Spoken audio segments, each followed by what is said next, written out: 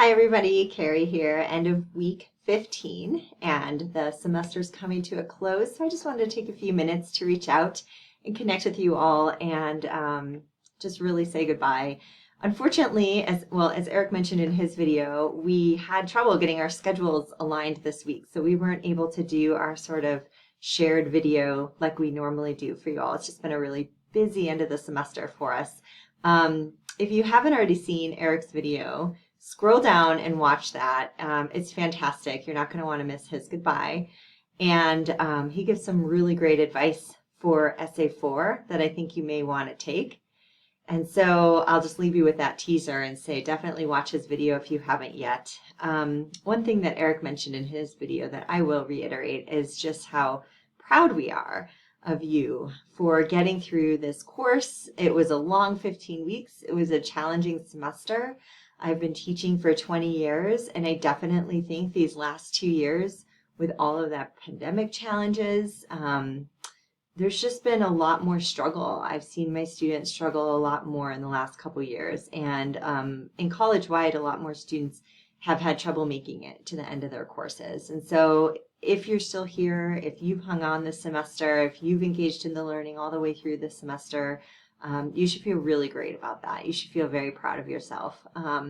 It is harder right now. It's definitely harder for a lot of people. And so I just want to acknowledge that and say, really great job, everybody. You did great work this semester. It's been a joy watching your growth, watching your learning, watching you take risks, entertaining new ideas that you may not like or you may not find comfortable that you're willing to engage in. It was really just a lot of fun to watch you watch your work sort of grow over the course of the semester. This is definitely a challenging class. You practice a lot of skills in this course. For me and for Eric, the two that rise to the top are effective communication and critical thinking. In terms of those cognitive skills, we want you to be stretching your thinking. We want you to be entertaining new ideas. We want you to be comfortable with summarizing other people's ideas, paraphrasing those ideas, challenging those ideas appropriately, using tools of persuasion to shape your own ideas, to demonstrate your own comprehension of the ideas that we're dealing with, and then finally engaging in research to be able to go out and find other ideas outside of the class and bring those in as well. And so we have practiced a lot of skills in this class, skills that I think are really important that are going to transfer into other classes and life situations as well.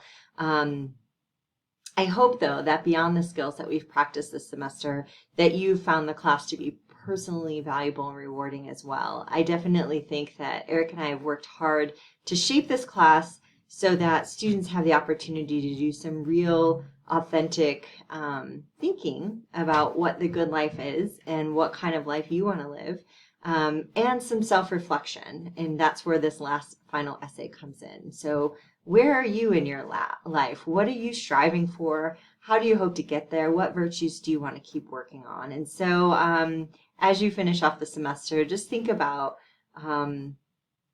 what advice can you authentically give to yourself that is going to help take your life in a better direction? I want to thank you all for hanging in there as well. Since we used a different approach to assessment this semester, Eric and I have generally used the traditional points or weighted grades throughout a semester. And this semester we tried something different. We tried the holistic assessment, which we talked about in our syllabus, and we've sort of checked in with you about along the way in the course. But that was really new for us, and I imagine new for a lot of you too.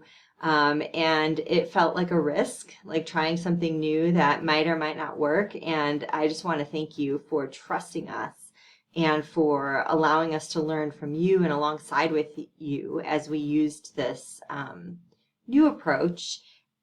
Activity number 19, if you haven't completed it yet, it's the last activity in the class, and we're really asking you to reflect there on how did you do in the course, how did you engage your own learning, did you meet your success goals? And then finally, at the end of that activity, we're going to ask you for some feedback on this holistic assessment. And please do be honest with us. We know it probably didn't work perfectly, we don't even know exactly how well it worked from your point of view. So we would love your honest feedback with that. We really want to get better as teachers and improve our craft all the time. And your feedback is so important to us in order to do that. We're already learning a lot. Believe it or not, Eric and I have already had some conversations outside of class, and we've thought, okay, if we do this again, these are the changes that we would make. So your feedback will help us dial it in and make it really work in the future if we decide to keep using this. So once again, I don't want to go on too long. I know you have busy ends of the semester here, but let me just say what a pleasure it's been to work with you all.